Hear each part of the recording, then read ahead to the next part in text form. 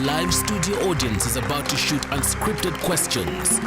This is Agenda Kenya with Jason Nyantino. On Agenda Kenya tonight, Ken Jiru, Executive Director, Ungwana Institute. Honorable Rachel Shebesh, nominated Member of Parliament, and Susan Kariuki, Chief Executive Officer, Youth Agenda.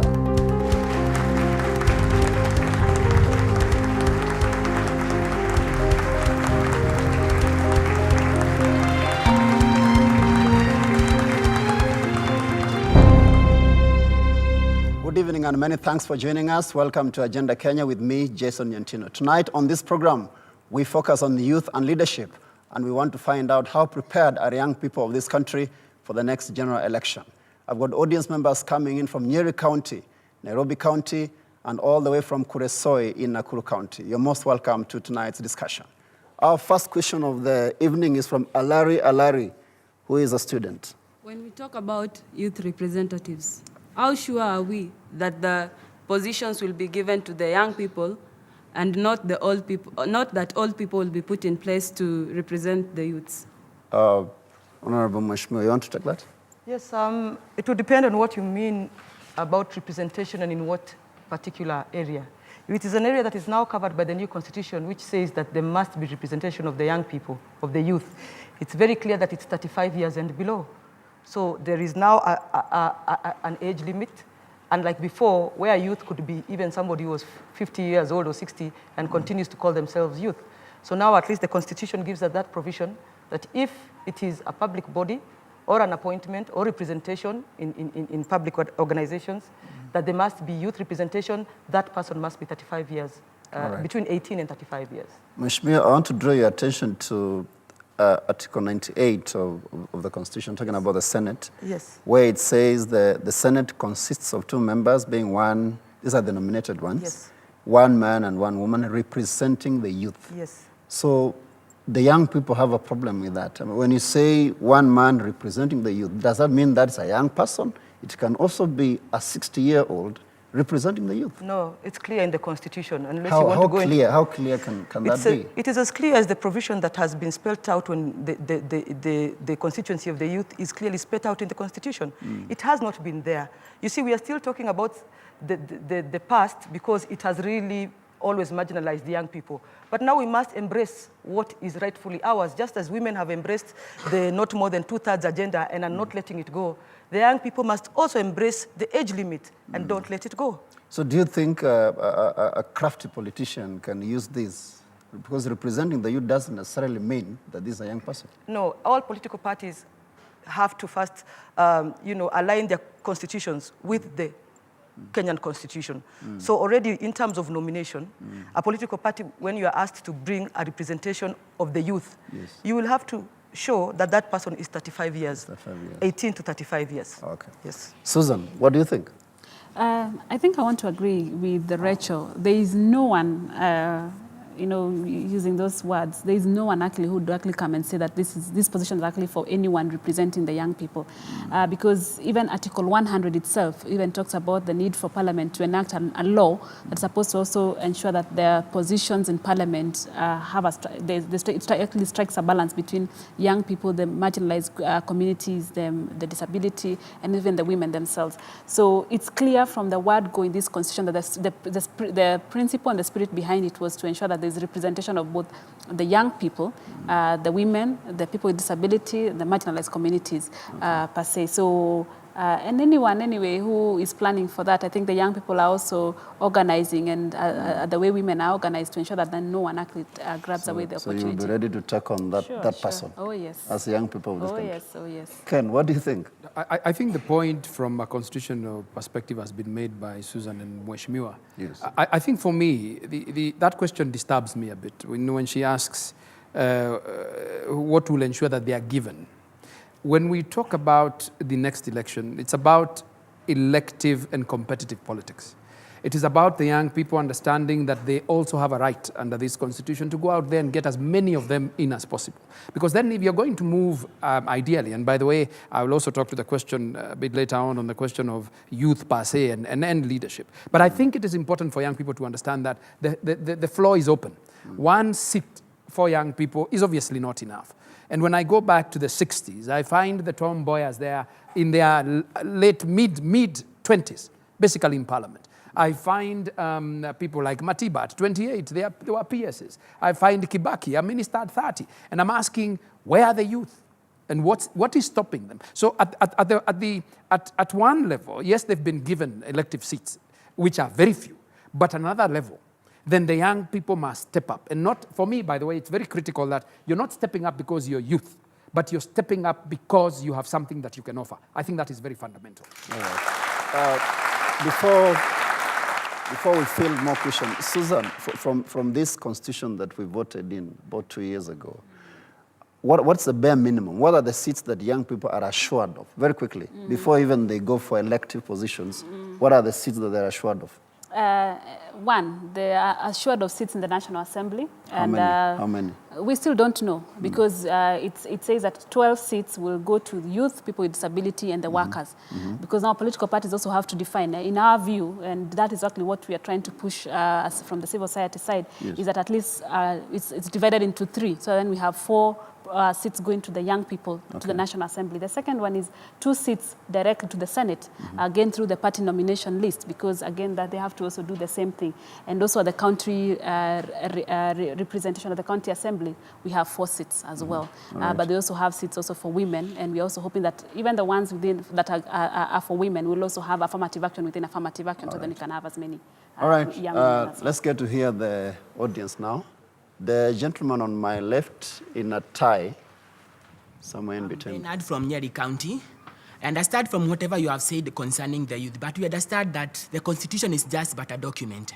So saying that we are very much represented there, I think you are underscoring the fact that youth are vulnerable.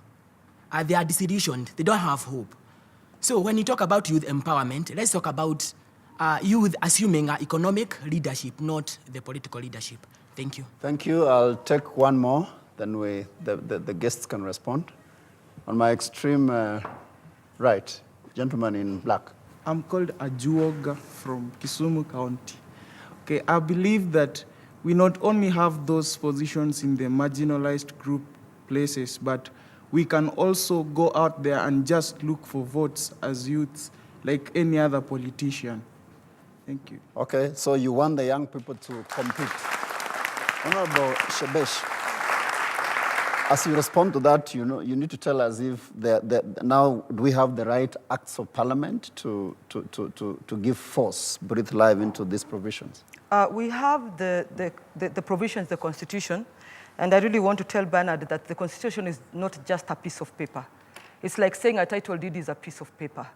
Those are remarks that make us negate the value of a constitution.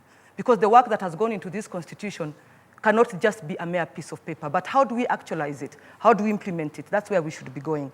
And I can tell you that the laws that we need to enact so far have been around what was in the schedule that gave us the timelines. Unfortunately, the women's issues, the young people's issues, even the issue of people with disabilities, etc. Those laws that are supposed to be brought by the relevant ministries, which is the Ministry of Gender and that of Youth, because they are not in the timelines, the ministers have not brought these laws.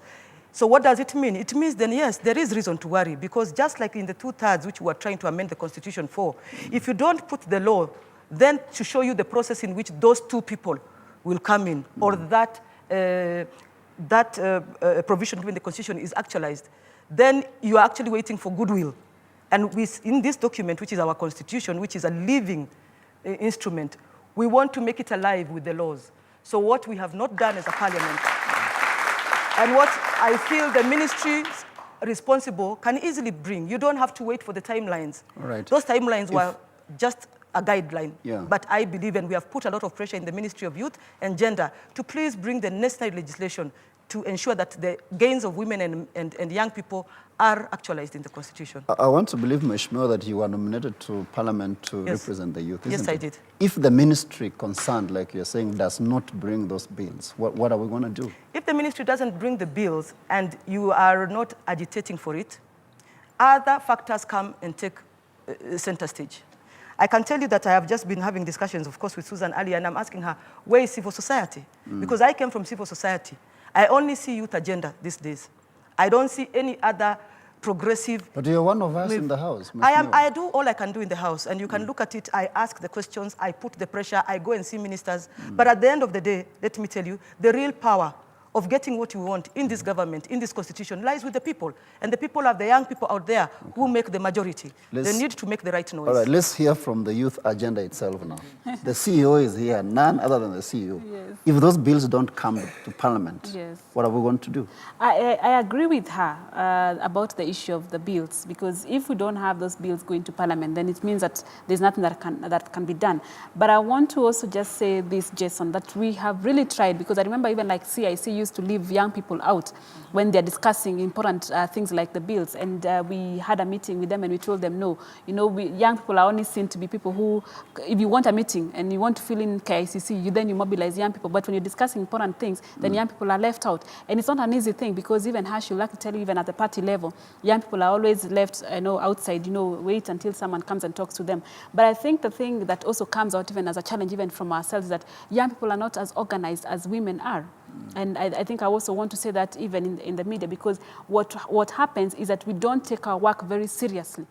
If you ask the young people, yes, if you ask the young people even who are seated here, how many of them have actually gone into the Constitution, read from chapter 1 to the last chapter, you'll be surprised that only very few people have read it. So it means that we are always left behind, because at times we don't take things seriously as we should. So where are we occupying next? Tell the young people, are they going to Uhuru Park? Are they going to Parliament? Where are they occupying? No. So that we get I pressure makes diamonds. Yes, but not the pressure that people have also always associated young people with, where if you want hooligans and people to walk to the streets, that's where you likely find them. For us, what we've said is that we need to have dialogue. Like we're already working on a legislation to operationalize Article 55 of the Constitution. Otherwise, it likely just remain, as he said, in paper. Okay. So we need a legislation to ensure that actually that is also implemented. Thank you, Ken. Do you think there's a conducive environment for the young people in this country? Because you're hearing some bills have not even come to the House. They're not even anywhere near Parliament. First of all, I always like challenging youth, and I challenge them because I think in so many ways, both Mheshimiwa and Susan will attest, we also had, as we were going through our youth activism, we also had our challenges.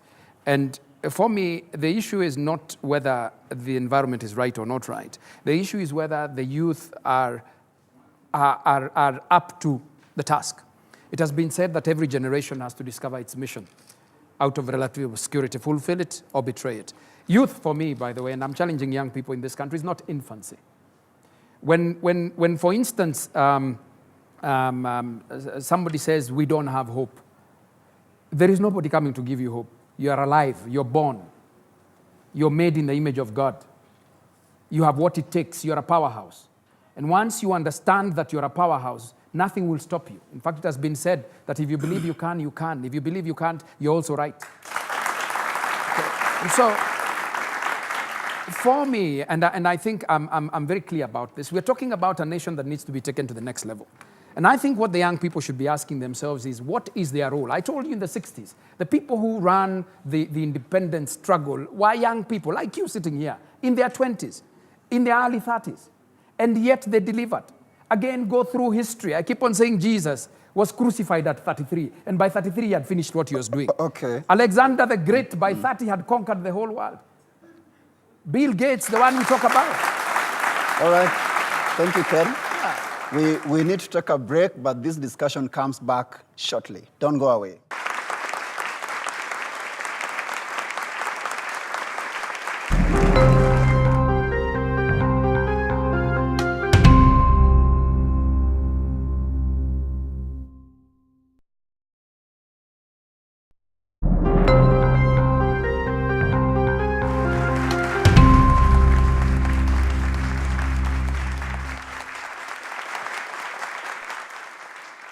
Welcome back to Agenda Kenya with me, Jason Nyantino. Tonight we are focusing on youth and leadership, and we want to find out how prepared are the young people of this country for the next general election. My next question is from Edwin Amaya. Edwin, your question, please. What is the quality of the young member of parliament we have currently? And do they really represent the aspirations of the youth? Honorable Shebesh. I'll say the quality is very high in terms of the richness they have brought to Parliament, in terms of their professionalism, in terms of the work that they were doing before. Many of us came either from civil society, others are lawyers, etc. That is very high. Whether they are representing the youth issues, only you can tell us. I think I would be very biased to say we do, we don't. But I don't think anyway that we have met the expectations of the young people. Coming to you now as an individual, what have you done in the House? I'm giving you now time to praise yourself in this program. Well, please praise yourself. It really doesn't need to be praised, because you don't praise something that you don't feel you've achieved totally. All right, but I can say that let me start with the national youth policy. Yes. An issue that even when I was in civil society, working actively with youth agenda and the rest, we were part of even coming up with the youth policy. But the youth policy never saw the light of day, even as the youth fund was brought into place, even as a youth ministry. We had a youth ministry with a youth policy that did not exist. So you wonder how you can have a ministry which doesn't have a policy. So the first thing I did when I went to Parliament is looked for the minister, who was then Honorable Sambili, and with the youth agenda and other youth organizations, we put a lot of pressure. We went until her office. We actually stopped her from going home one day until around midnight, until the youth policy came to the floor of the House. We did our necessary amendments. It went back to cabinet, and then the changes, of course, happened.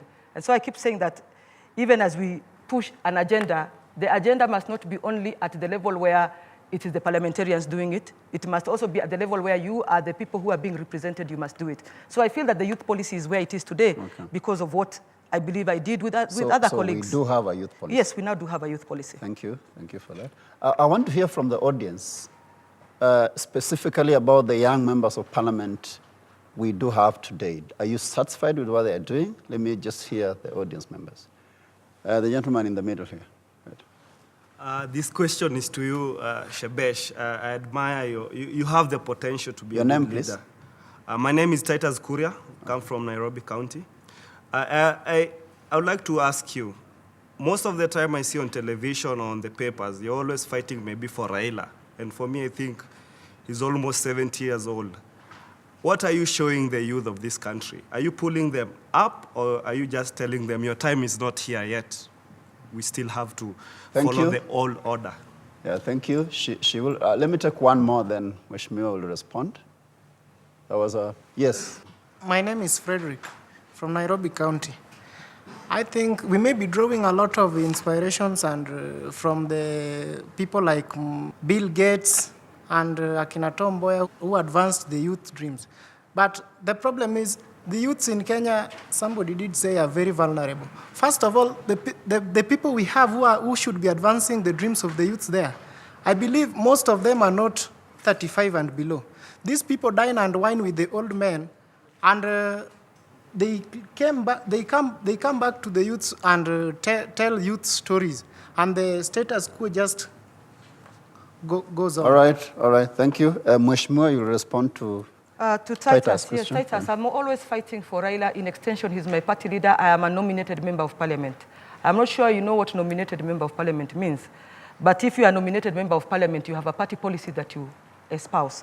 But the same party leader, who is also the prime minister, I have taken on many times in parliament, unless you watch selectively, on issues even to do with KKV. I was probably the first person who raised the issue on KKV. So I do raise issues, the Kazi kwa Vijana. So where it comes to youth issues, but where it comes to the policy of ODM on issues, I will support the side of ODM, and I have no apologies to make for that. But when it comes to youth issues, even the prime minister, if he's making a mistake, being my party leader or being the prime minister of Kenya, I call it out all the time. All right, thank you. Susan, there has been a question, an observation of the audience that young people are vulnerable. That's why we don't have Bill Gates, the Tom Mboyas, that things have now changed. Do you agree with that? I don't think young people are vulnerable. I think what has happened is that young people are looking for young people to represent them in positions of leadership. Young people are refusing first to look for a leader before they think about whether this person is young or they're a woman. And I want, even as we're discussing the question of youth and leadership, Kenyans, including even the older people, should be looking for first a leader, but they should not discriminate on anyone on the basis of age or gender. And I think that's a discussion that we should actually be having as a country. And from there, then we'll stop blaming the many people who went to parliament on the vote of young people, because there were many and we all had hopes about them. But unfortunately, if I was asked, the only person I've had talking about young people in parliament is Rachel Shebesh.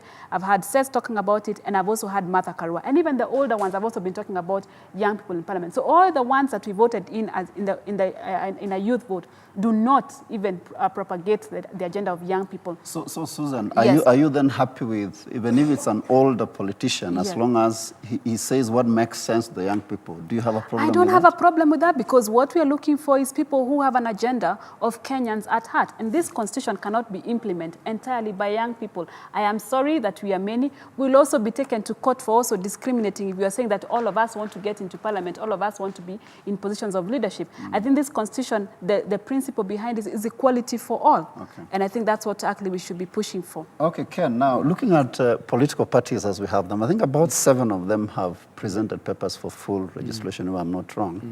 Do you think young people have a chance with the current political parties as we have them? Like I said, it's their choice. It's as simple as that. It is their choice. What the current leaders in the parties do is make a choice. The young people also make a choice.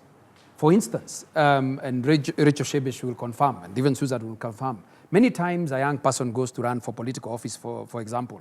The same young people tell him, mkono mtupu, haulambwi. And then they then come around and say, we are vulnerable. We have choices. And choices must be made against a sense of responsibility. The reason you had Tom Mboya was not because there were no challenges in the 60s. There were challenges. These people were colonized. In fact, their space was even more dangerous than the space we have today. You spoke, you were thrown in. You spoke, you were detained. Come the 60s and 70s, we had the Young Turks. The people we're calling now Raila, Orengo, Martha Karua, all those people were called Young Turks. Many of them were thrown in. Many of them ran away to the United States for education. Some of them got education in Tanzania, University of Dar es Salaam, if you do read history. They put themselves on the line. So what message are you giving The message I'm giving them is that those who have come before us have actually cleared the road for you. All you have to do is stand up. Martin Luther King said that if you don't bend your back, nobody will sit on it. The young people in this country are bending their backs. They are not stepping in the space. I'm even asking myself, okay, we are saying that young people have been given these seats in the political parties. How are they going to be selected? If I ask the audience sitting here, they don't even know. Most of them most probably are not even members of political parties. And if there is one thing that is underlined throughout this constitution, is the participation of the citizens of this republic. And so to the extent that you're sitting for people to come and put a spoon in your mouth, that is what I usually call ushenzi. All right. On that note, I need to take my next question. Sam Kamau. Sam Kamau is a businessman. My question is to the Honorable Unmuted MP. I wanted to ask you, in the past you have seen revolutions coming up in Egypt and in Tunisia via the technology the youth actually are using right now. Then again we come to Kenya. In Kenya, we understand that the CCK is coming up with monitoring the social engagement on the internet. Is the government fearing the same thing that happened in Egypt and Tunisia, knowing that our government is dealing in immunity and bad governance? All right. Thank you, Sam. Want to take that? That's what they were fearing, but it's not. I'm sure you are all addicts of social media like my children are because they're your age. And I can tell you, it's taking you nowhere. The social media of Kenya is busy abusing each other on tribal basis, calling each other names. I look at it all the time. I don't see what the engagement is there. And what the social media in the Arab Spring was doing was talking about issues, asking each other, how long are we going to allow this to happen? Today, if you look at the debate on social media about the change of the government yesterday, people will be saluting G7 for doing what they did. Others will be saying, how can ODM be so intolerant with and instead of driving an agenda that is mutual. Why CCK is doing it and why National Cohesion has brought up this issue is because through social media, we are bringing back tribalism at a bigger level, ethnicity at a bigger level with our young people. And let me tell you the truth, the social media class, which I'm sure you are all engaging in, are not the majority of the young people. The majority of the young people are still those young people you are seeing being ferried to rallies, being ferried to meetings, and waiting outside as the meeting is going on inside to be addressed outside. That is still the majority. So Arab Spring through social media is not going to happen in Kenya. And CCK, what they're doing is preventing more bloodshed come 2012. All right, I need to listen to Susan first because I know she's on you're on social media. Yes, you I tweet, am. Facebook, all these things. Yes. How are the young people of this country using social media? It's a big asset, let me start with. It's an asset that no one else has in this country. The women, the older people cannot beat us on IT. But what is happening is that we are using it more for entertainment than discussing important things about this country. And when we discuss them on social media, this information is not getting to the people who should actually be making decisions. So if I have a problem about the Ministry of Youth Affairs, which I have a problem with that ministry, because as far as I'm concerned, I don't think it's actually really fighting for young people's issues in this country. And that's why if it was actually working, we'd be having the bills that Rachel is talking about, a bill on Article 55, a bill on Article 100, a bill on even... Just before that, have Yes. you, as Youth Agenda, done any study, any survey about how social media is being used in this country? No, we haven't done in detail because I think the only thing that we do is we normally do opinion polls through our database of 10,000 young people. So every time when we go for a meeting, we come and key in the names of the contacts of those people, and then we hold opinion polls. I remember like one, we asked people, how many of you are in political parties? And out of the 10,000 that we sent out to, only actually 120 responded and said that in political parties. So what will normally happen is, yes, we're talking about youth and leadership, but come the general election, we will not be anywhere because we are not even members of political parties. So the first thing that we should do, even before we go even for IDs, we should actually be thinking about being members of political parties. So what has Youth Agenda done to mobilize young people on social media? We are trying to moderate the discussions online.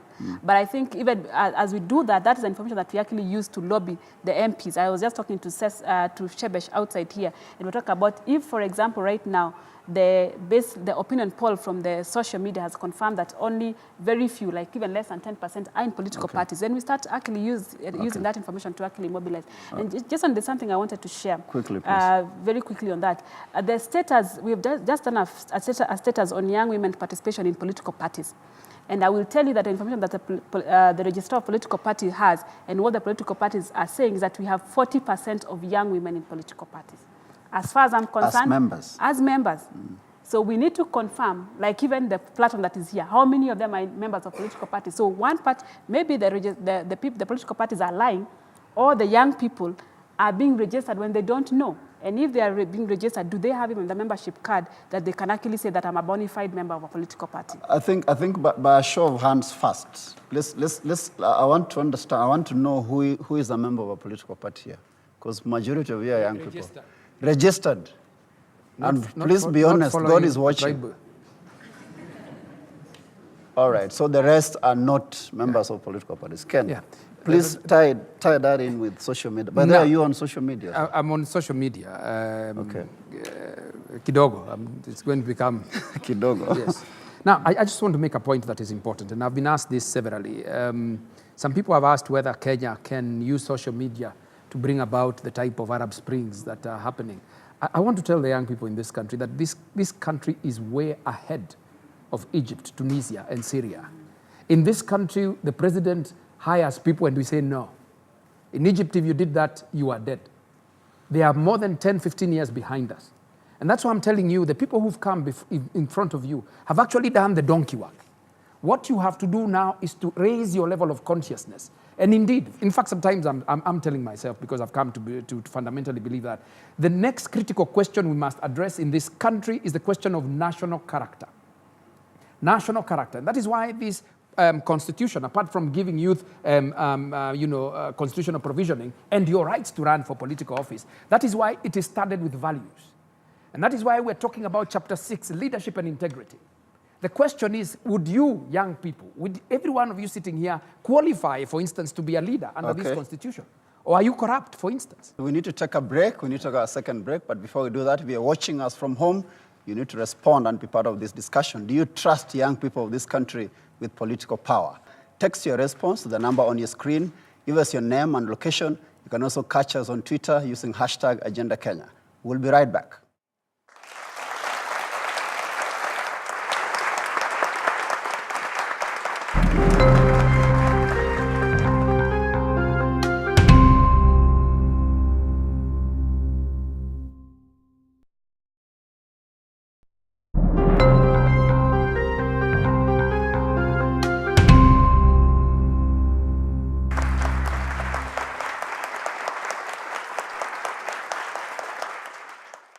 Welcome back to Agenda Kenya with me, Jason Nyantino. Tonight we are focusing on youth and leadership, and we want to know how prepared are our young people for the next general election. Ken, before we took a break, there's something that came up about youthful members of parliament, the current house. Yes. Do you think they're doing their best in mobilizing youth to participate in politics? Well, I do not think their task essentially is to mobilize youth to participate in politics.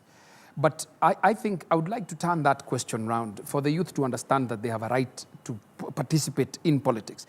But to the extent that they need youth as voters, obviously they do mobilize youth to participate in politics. And even to answer, to stretch the question the young gentleman asked, whether they are doing a lot for youth, the question that comes to my mind is, are youth organized enough to be able to present their issues to their representatives? Because what we are running here is a representative democracy. And in a representative democracy, you have to be organized for your issues to get to that floor. If you are not organized, how will the MPs get the issues? If the only thing youth want is kitu kidogo, 50 shillings, then what will they be speaking about? I think there needs to be a synergy between youth and even participation in political parties. We just took a poll here. I doubt even that was 1% of the participants in this the audience here. And if the young people then are not taking part in the activities of political parties, how do their issues get to parliament? And so this is a challenge. As we're talking about youth and leadership ahead of the next election, then the youth must understand what are their issues.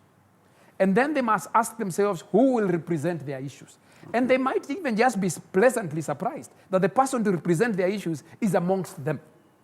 In fact, for me, there's nothing like youth and leadership. There's just leadership. All right. Thank you, Ken. I need to take my next question from Emily Odor, who is a student. What exactly is being done about the 600,000 shillings used for registering political parties in this day and era for the youth? Thank you. I'll want Susan to take that. Are you aware that you need 600,000 to register a political party? 600,000 to register political parties? I'm not aware of that. Those are the figures we got from the registrar of political parties. To register a political party? Yes. To register a political party? Yes. Yes. But where do they get this money from? It's from the membership cards. So as you come to register within a political party, then you pay up some amount of money that then they pull together and then they are able to register a political party. So it's a way of actually organizing these political parties. If the question, I think what I would say when it comes to issues of the money, because everyone is actually feeling, oh, this is a lot of money. When we refuse to participate in political parties, we are actually allowing our money as taxpayers to just be used by other people. Let me probably rephrase what she asked. I think money is an issue. Yes. Any young person who wants to get into politics, you need a lot of money. Yeah. If the young people of this country want to mobilize around a political party for the young people, they need 600,000. So how can you raise that money? Okay. Are there creative ways of raising that money instead of just complaining that it's too much? How about 1,000 young people contributing 1,000 shillings only? It's actually unconstitutional for us to actually come up with a political party just because we are young, because it actually goes against the Constitution. The spirit of the Constitution is actually to include as many people as possible. But I think the point that she's trying to make is that we are having having a political party is one thing. But I think what we should be thinking about is how do we make our political parties ideological? So then they are pushing for certain agendas. If this party believes in young people, then that is actually what drives them as a generation. As youth agenda, yes. What are the key bottlenecks you've found out in terms of young people participating in political contests? Is money part of it? No. I didn't hear them, because the only issue that they have is that the environment is not conducive for them to actually run for any political office. How is it not conducive? It's not conducive because the people who are seated here, including the young people and other older people and the women out there, every time a politician comes to ask for a vote, we ask for money, because we can't vote for them unless we get the money from them. So we are the problem. So we are actually the problem. As far as I'm concerned, I think the young people are the problem when it comes to why do you have to get money from someone to vote for them? One thing that I keep saying when it comes to issues of leadership, especially political leadership, is that we are the employers of these people. if we don't actually employ them, they can't have any business. The second thing is that when you're looking for the person to employ, you must, advertise for the position, which is actually what we're going to do with the general election. We need to shortlist them, get their CVs, vet them completely, and so that then we can get the best person in Parliament or even at the Senate. Thank you. Yes, Thank you. because that's what we're supposed to do. Could I just interrupt? Money let me just talk about the money element, because I think I understood her very well, and it is true you need money, and that is one of the reasons that young people keep away. Political parties now have money coming from government through the political parties fund. So of course they can afford 600,000. They are getting it from government and just going to pay. If you are a recognized party, but you need to have been registered first for you to. No, if you want to benefit. register, then you have to show you're serious enough, because the moment you do and you qualify, you will be getting state funding. Number one. So we don't have those briefcase parties anymore. What we're looking for is that. But in terms of money for young people, let me say that the IEBC has a big role to play, because now we have a new law in place about how much money one is supposed to use for campaign, and you must disclose where that money is coming from. But that also goes back to political parties, because political parties, for example, ODM, would charge 100,000 for you to get certificate to run on their party. Now, 100,000 a young person might not be able to afford. Even women can't afford. So what the party needs to do, what the party does is, when men are being charged 100,000, there's an affirmative action for women. Maybe they pay 75,000, if I remember last time, and young people 50,000. So that you show that you are trying to help the young people in the terms of money. But money is a factor, and it's something that you cannot ignore. We need to go back to the audience. The lady, third row on my left. My name is Pamela Soita, and I'm from Nairobi County. Okay, I have a comment. I think the youths needs to be the change they need to see in the world tomorrow. They need not to rely on the ministers or the parliaments, the parliamentarians for everything. We need to stand up for our rights. Let us stand with our 2 feet to own to our principles and goals in life. Thank you. Good observation. Way forward. There's somebody who has raised up 2 hands. So I'll give him that opportunity, because it looks like he has a burning issue right at the back. I'm Edmond Makina, and my view is that the old men, the ones leading us right now, they focus too much on advising the youth. Every time you'll hear an old man giving you quotes from Martin Luther King, and he's not giving you a solution to your problems. He's not giving you money to register to a political party. That's what we need. We need that money. We need their support. We don't need their sayings, their quotations, because they're not helping us. All right. Ken, you're the one who was quoting Martin Luther King. There is nothing more futile than turning away from wisdom and not being inspired by the possibility of what you can achieve. That is why we go to school. Otherwise, you'd not read. By the way, everything that you read in school is written by somebody, and it is supposed to drive you in a direction. You cannot say you don't want to read chemistry, because it is not inspiring you. I think the challenge is the young people are refusing to get up. And I like what the young lady said. That question the young man is asking, again, he's saying, spoon feed me. And I'm using these examples just to show you. The other day I was watching a story by Masharia of the media, the media house, Citizen Media. And Masharia says he walked. He walked from Nairobi to Egypt before he could get a boat to take him to America. Yes, he did. When he was young? When he was young. I mean, possibly there was something burning in him. But there are many people who are just sitting, waiting for politicians to come and speak. That's not their work. Their work is to legislate. Your work is to play your part as a citizen of this republic. In fact, it's absconding duty when you don't do what you're supposed to do. For instance, even this 600,000, it is very easy, 600,000 young people to contribute a shilling each.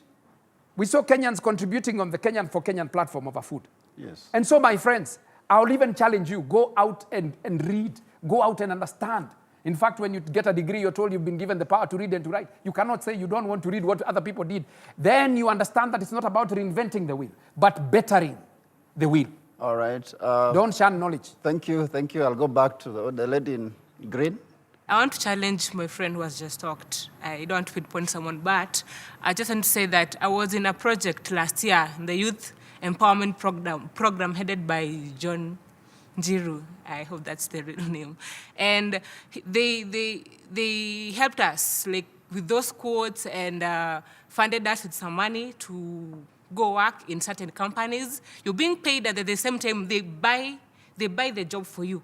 But I'm very sure if you go back to that, if you go back to finding out like how many youths who actually benefited from that thing, I'm very sure there are very few, because most of them did not take that thing seriously. Whatever took them there was only the money. And that money was so small that I'm very sure if you don't work too hard and if you did not take something else out of that thing, if it's not money only, I'm very sure most of them did not get something. There's a quote I want to give young people. It says, quickly, and please. he doesn't like quotes, but that's not a problem.